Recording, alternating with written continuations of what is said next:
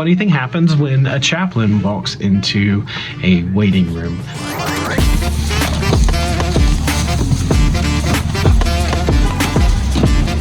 Good morning. Here we are at the beginning of a weekday on-call shift right here. As we get started this morning, had a kid that was sick. One of my daughters was sick, so I dropped her off at my mom, her bonbon's house. She had a little bit of a tummy bug 2 days ago and fever last night, so just kind of recovering from that.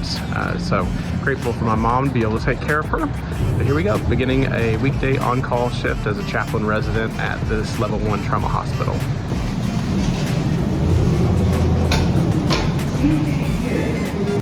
It's another installment of day in the life on an on-call shift for a chaplain at a level 1 trauma hospital. It's been another busy day, which is good in a lot of ways. It makes the day go faster, as a lot of folks in the healthcare and hospital settings will say.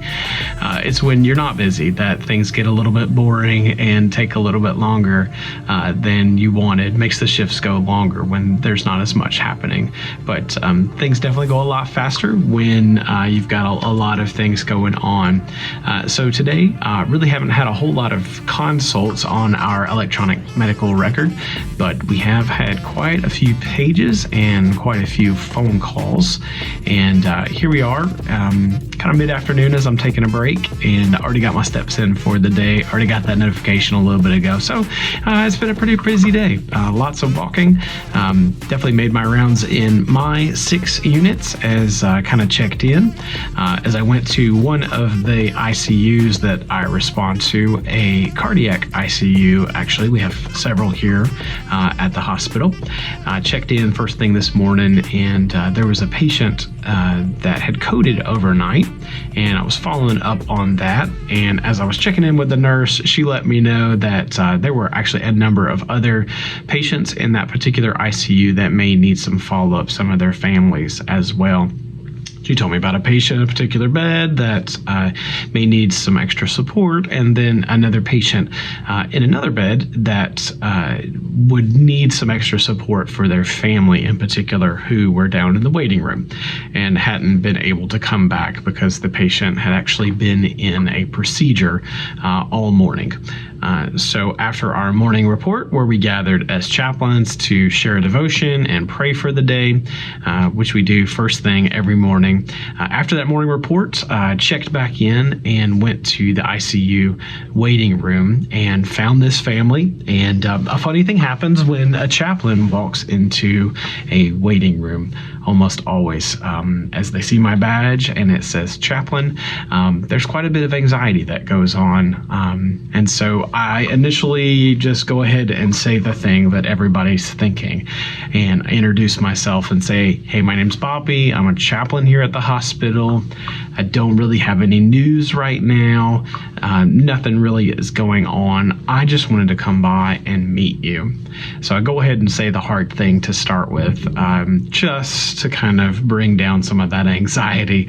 And the family, of course, they were, oh, what's going on? And there's a lot of worry and anxiety that goes on there, understandably, reasonably enough. So I just go ahead and say that thing to start with so they relax a little bit. As I introduced myself, there still was a whole lot of anger and frustration and lack of clarity with how things were going and what was next, and discharge planning and some other things that were going on. So what I decided in that moment was to do something that we talk about a lot, which is called holding space for someone. Really what that looks like, there's a lot of trainings that go into that. So things like psychological first aid and creating safe spaces. So really what you need to work for first is to create a safe space. The only really way that you can do that is through creating a connection. So as I did that with this family, I did my best to create a connection with them and alleviate some of those fears and anxieties and build some rapport and some trust, and quickly assess and triage what's going on so I can intervene as appropriate. My job is not to fix a situation, not to prevent things from happening. In some sense, I have a very limited job. In other sense, I have a very, very broad job. So medically speaking, there's very little that I can do as far as direct care. What I can do, and what I do a lot for patients, and in this case for families, is advocate on their behalf. So I assess for what their goals of care or what their needs are and how to support them. So that's a very common conversation that I will ask. So as I was creating this connection, this safe space in the middle of this ICU waiting room, quickly realized that there was a lot of anger, a lot of confusion, a lot of anxiety. This patient was very young, and the family was very concerned about his treatment, understandably so.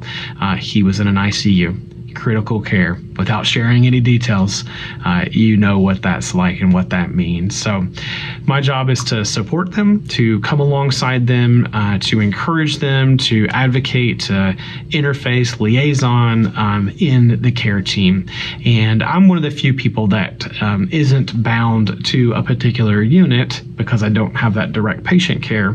So I'm able to go between units and between medical professionals and nurses and doctors and case management and all these other kinds of things. I can make that walk pretty easily. So that's what I felt like I needed to do in this situation, and said to the family, hey, I hear you saying that, these are the needs that you may have, and these are the concerns that you have. Here are the questions that you have and the conversations you feel like you need to have. And we developed a quick plan of care, which included access to the patient's medical records. So I printed them the access code and made sure they were the right person who could receive that protected information.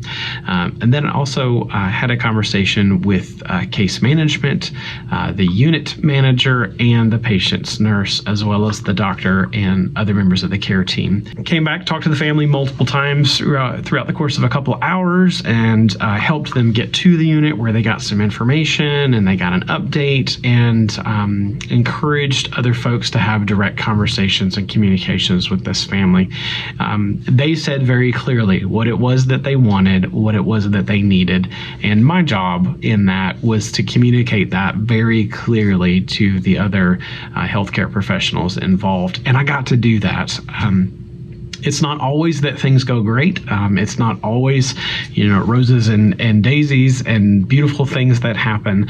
But in this particular case, as I communicated those needs that the family told me about to the other members of the care team, they responded well to that direct request that I had on their behalf. What's really cool, and I don't always get to do this, is after I responded to a trauma page, I went back to this particular ICU and just wanted to check in with the family because it probably had been about 4 or 5 hours or so.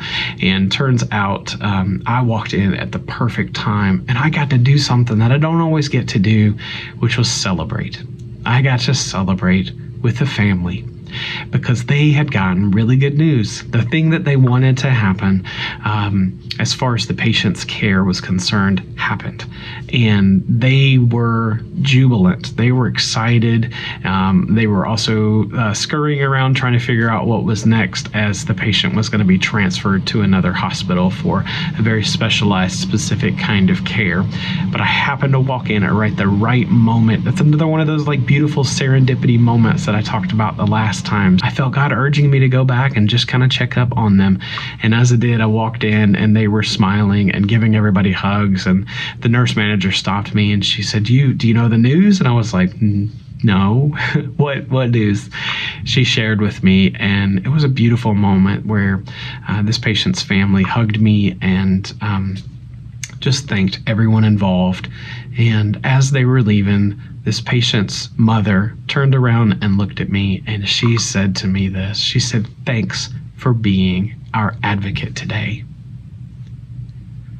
That touched me.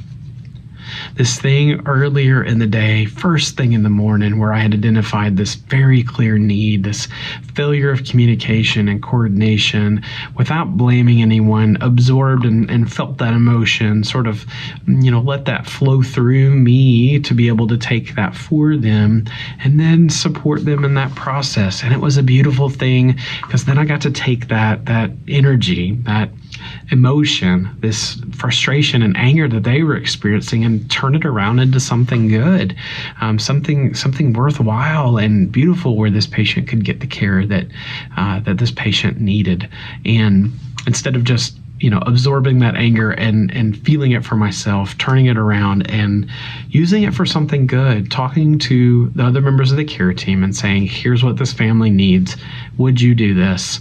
And just trust me that they need this particular thing, and watching them respond, and then getting to see the end of it where this family was so grateful. And then getting to feel the thank you, the beautiful thank you of, we appreciate you being our advocate today. As this on-call shift continues to go on today, I'm wondering what it's like for us to be advocates for other people. I bet every one of us is an advocate in some way for family members, for friends, people in our workspaces.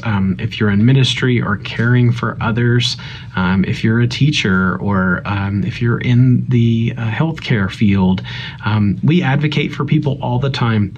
And I think what we need to be clear about is determining whether or not this thing that we're trying to make happen is something that we want, or if it's something that this person we're caring for wants, and really just come alongside them, instead of me coming in as the expert and saying, here's what you need to do, and me telling you that if I can help you identify that thing it is that you need, and then come alongside you, encourage you, provide that extra layer of support and encouragement and advocacy, and then we can work on that together. I can partner with you in that. So I think we can all do those kinds of things as we go about our lives and about our days. We'll see what the rest of the afternoon and evening is like. I'm sure it's going to be an interesting time. Just found this note in the elevator. In case you were wondering, pancake griddle. Somebody was either looking for their pancake griddle or had a note to try to remember their pancake griddle. Either way, I sure hope they remember. Hey, I am leaving after a great on-call shift. I had a number of calls, patients, families, some follow-ups that I did tonight as I was leaving, but everything went well. And until next time, thanks for joining me. My name's Bobby Fleck, chaplain resident at 1101 Regional Trauma Center. Continue to check in. Let me know what you think of this series, these videos, that sort of thing. Let's have a community. Got any questions for a chaplain? Just let me know. I'm here for you.